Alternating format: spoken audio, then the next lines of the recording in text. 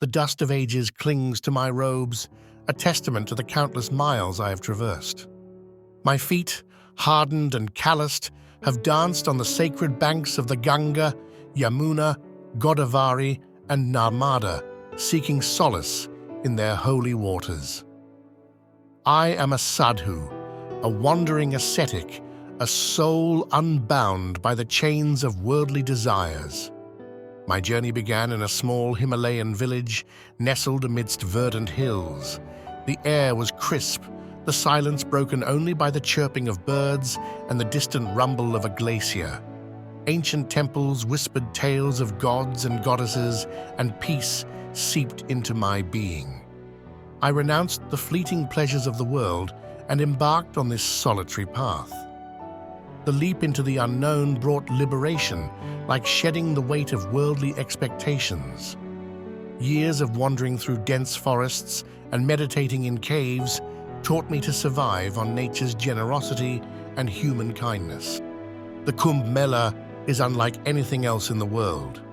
Millions descend upon the sacred grounds, a sea of saffron robes shimmering under the sun. The air vibrates with chants of Had Had Gange, the scent of incense and fervent prayers. When I arrived, I pitched my modest tent among fellow sadhus. Life in the tent was simple: a mat for sleeping, a small fire for warmth, and the open sky as my canopy. Amid the chaos, it was a sanctuary. The Shahi Snan, or royal bath, is the crown jewel of the Kumbh Mela. Akhadas, or monastic orders, take turns leading a ceremonial dip in the holy waters. The sight of Naga sadhus, fearless ascetics smeared in ash, is both awe-inspiring and humbling. They march with an energy that feels ancient, carrying the weight of millennia of spiritual tradition. When my turn came, the water felt alive, pulsating with the collective faith of millions. It was more than a ritual. It was a moment of divine communion. Before the Kumbh, the Peshwai procession marks the arrival of Akhadas in a grand style. Imagine a parade where spirituality meets celebration. As we marched, I saw children waving, foreigners clicking photos, and locals offering us garlands. It was a moving reminder of the reverence people hold for this tradition. The Sadhu Samagam is a melting pot of spiritual wisdom. I had the privilege of engaging in debates on Vedantic teachings and exchanging insights with revered sadhus. One discussion stood out. A monk compared the human mind to a restless monkey and explained how meditation tames it. These moments of camaraderie deepened my understanding of the path. The Akhadas are the backbone of the Kumbh, each with its distinct philosophy and practices. From austere Naga sadhus to scholarly Vaishnavites, the diversity is astonishing. Watching a yogi perform kriyas, a blend of physical and spiritual exercises, was mesmerizing. It reminded me of the vastness of the spiritual landscape.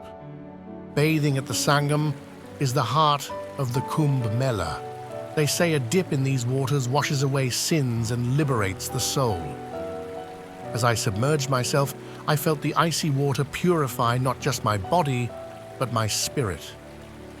The collective energy of millions seeking redemption was overwhelming, yet humbling. My day began before sunrise with meditation and prayers. Throughout the day, I interacted with seekers, guiding them on the path of Vedanta. My meals came from langars, community kitchens feeding all, rich or poor. The evenings were enchanting. The Ganga Aarti, with flames reflecting in the water and devotional songs filling the air, was a divine spectacle. Under the stars, I contemplated the teachings of the Upanishads, feeling connected to the eternal Brahman. The Kumbh Mela is a melting pot of humanity. I met a German professor studying yoga's roots, a Japanese monk exploring Indian spirituality, and an American filmmaker documenting the event. Journalists buzzed around, eager for stories. I shared my thoughts with a young reporter, explaining that Kumbh is more than a festival. It is a journey of the soul.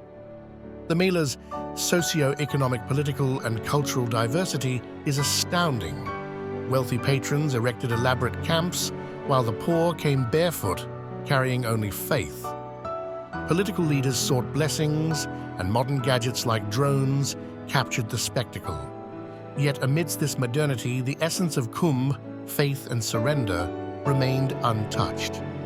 The Kumbh Mela's roots stretch back millennia to legends of the Amrit, nectar of immortality, that fell here during a celestial battle. It is a living tradition, a testament to the power of faith transcending time. I had the privilege of meeting Swami Shivananda, who at 125 years radiated vitality and wisdom.